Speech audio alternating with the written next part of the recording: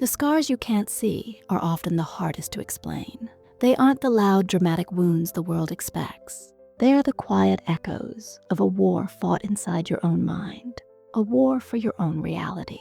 Surviving a relationship with a narcissist changes you in ways that are often invisible to others. It rewires your instincts and reshapes your habits. Today, we aren't talking about the obvious signs of trauma. We are going to uncover the 7 subtle traits that are left behind, the quiet fingerprints of survival that only those who have walked this path will truly understand. Number 1, the compulsion to overexplain.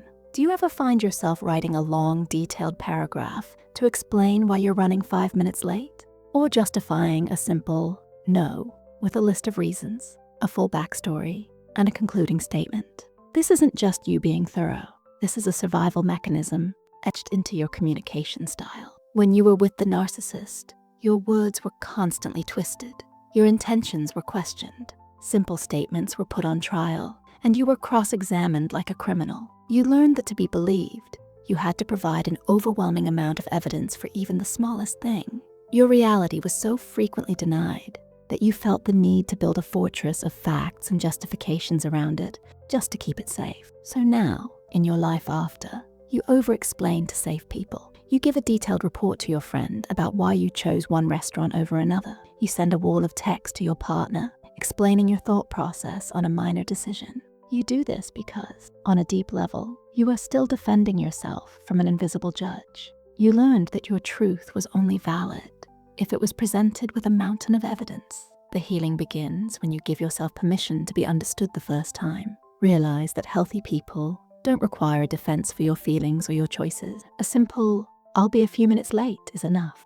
A simple, "No thank you" is complete. You no longer have to prove your own existence. Number 2, apologizing for your own existence. Sorry might be one of the most common words in your vocabulary, but you don't just use it when you've made a mistake. You say sorry when someone bumps into you. You say sorry for asking a question. You say sorry for taking up space, for having needs, for simply being. This comes from a place of being conditioned to feel like a burden. In the world of the narcissist, their comfort was the priority. Your needs were an inconvenience. Your emotions were a problem. You were blamed for their moods, their failures, their unhappiness. You were the designated scapegoat for anything and everything that went wrong. To keep the peace, you learned to take the blame. It was easier to say, "I'm sorry," than to face their rage or disappointment. Sorry became less of an apology and more of a shield. It was a preemptive strike to disarm a potential conflict. Now that you're out of that environment, the reflex remains. You apologize for your presence because you were taught that your presence was a problem. Try this simple shift. When you want to apologize for something that isn't your fault, try saying thank you instead. Instead of "sorry I'm late," try "thank you for your patience." Instead of "sorry for venting," try "thank you for listening." It reclaims your power and acknowledges the other person's kindness, rather than punishing yourself for having human needs. Number 3, reading the room like a weather expert.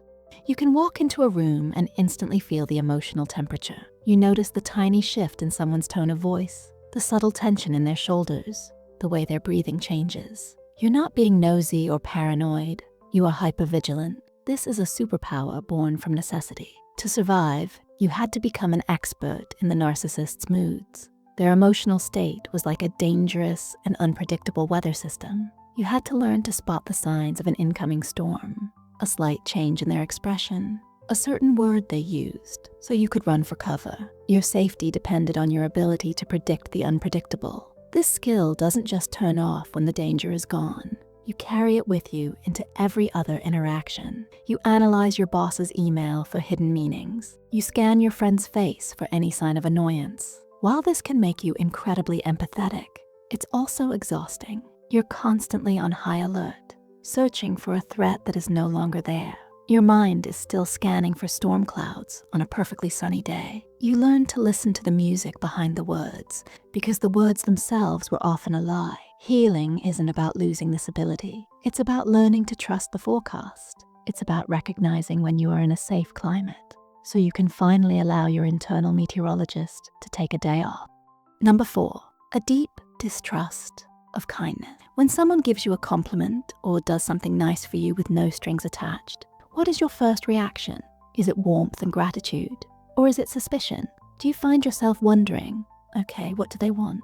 For survivors of narcissistic abuse, genuine kindness can feel like a trap. In your past, kindness from the narcissist was always a transaction. It was a tool they used to manipulate you.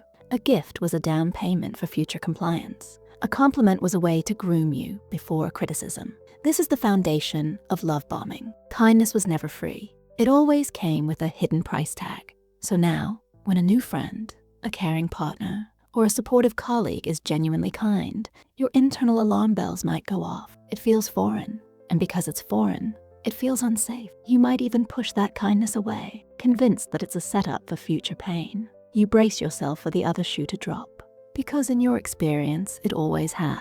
You were taught that affection is a currency used to buy control. The path forward is learning a new economy of emotion. It's about allowing yourself to receive a compliment without deconstructing it. It's about accepting a favor without feeling indebted. It's a slow process of teaching your guarded heart that some people give freely, not because of what they want from you, but because of who they are. Number 5, finding calm unsettling. Peace and quiet should feel good. But for you, does it sometimes feel unnerving? A day with no drama, no crisis, no emotional roller coaster can actually make you feel anxious and on edge. You spent so long living in a state of chaos that it became your normal. Your nervous system was constantly firing on all cylinders, ready for the next fight, the next silent treatment, the next unexpected outburst. Your body and mind became addicted to the stress hormones, like cortisol and adrenaline, that came with living in a war zone. Now, in a peaceful environment, the absence of chaos feels like a void. It can feel boring, or worse, like the calm before another, even bigger storm. You might even find yourself unintentionally creating drama or picking fights, simply because your system doesn't know how to function in a state of rest. A calm sea is so unfamiliar that you're tempted to rock the boat yourself. Your definition of normal was written in a language of turmoil. Healing is about learning to translate it into the language of peace. It starts with small moments, sitting with the quiet for 5 minutes without needing to fill it with noise or worry, recognizing that stability is not a sign of impending doom. It is a sign of safety. You are teaching your body that it is finally safe to stand down. The war is over.